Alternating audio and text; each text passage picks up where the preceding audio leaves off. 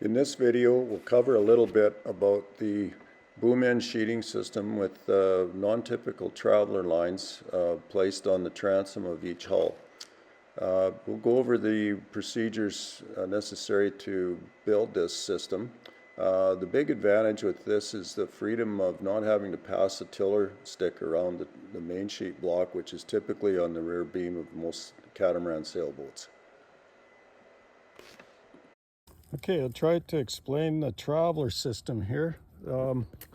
This is very similar to a laser. A typical Seaspray doesn't have these plates, chain plates in the back. Now we've lifted our decks here in this case. And lifted the deck from about here up to about midway point on the doghouse. It's quite easy to do with a butter knife and a small hammer, and you can see the seam here. I don't know if it's really apparent here, but there is a seam which the deck is the upper part, and there's a lip off the hull, and this is your mating surface where they put the deck of the boat onto the hull of the boat. And it's quite easy to separate this. You can see that this has got a little bit of a gap here. And this could be filled, but I don't think it's leaking at all because there's glass and whatnot further in. In this picture, we see a transom plate placed. This is a little bit small for a good job, but you can see that it's glassed in with regular cloth fiberglass. And I think we use polyester resin in this case, but you can use epoxy. Gluing the plate back between the transom and the plate, you could use a polyester with short strand glass. That sets up very quick and might facilitate your job. A lot of the boats, the factory boats, had plywood as a backing here for the gudgeon, and it typically rotted out after a period of years. So these gudgeons got really loose and they needed to be repaired. Some people are a little bit lazy and do the repairs on the outside, but the best way to do it is to lift the deck up and take out the rotten plywood and replace it with aluminum plate. And the plate can fit fairly close here. It can maybe be like sort of above this area here. In this picture, we see a little larger aluminum plate with proper carriage bolts being used, and they're glassed over.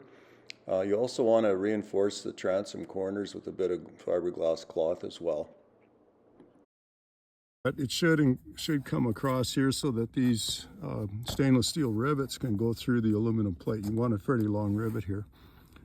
And they're mounted, drilled and then mounted through the back, but this plate has to be fiberglassed in, and you also have to form up the holes for the gudgeon before you glass it in, and the bolts should be placed, and what they use there is a carriage bolt. So you can drill the holes and then you square it with a small triangle file so that the carriage bolt seats in there properly, and this will go on the outside of the plate.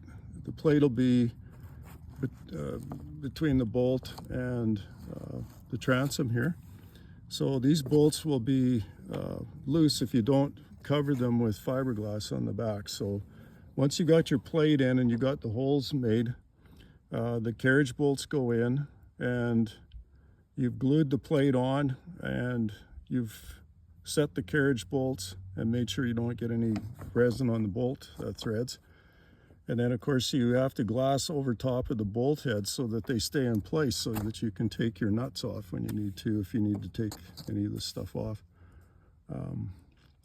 So it's a bit of a procedure to do that, but you'll have a much stronger boat, and you won't have that weak transom that older factory-made boats have.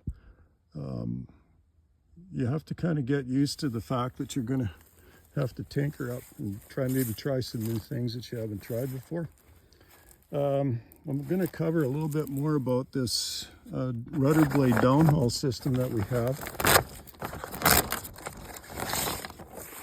Now this line On the typical factory boat, the lines ran up here and you had to pull hard to a cleat up on the deck, and it put a lot of stress, like pushing this way.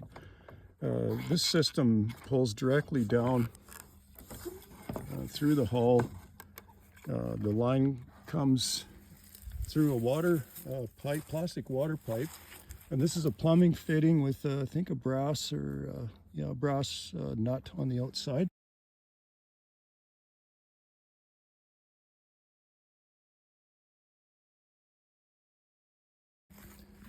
And it's kind of a stab and lock water line that you stab into the plumbing fitting, and you have to have your hole drilled so that the fitting will fit right through the back, and then a nut holds it in place. That water line runs up to this. This is the type of tube here. I'm just trying to remember what the dimension is. It's probably maybe 1/4 inch.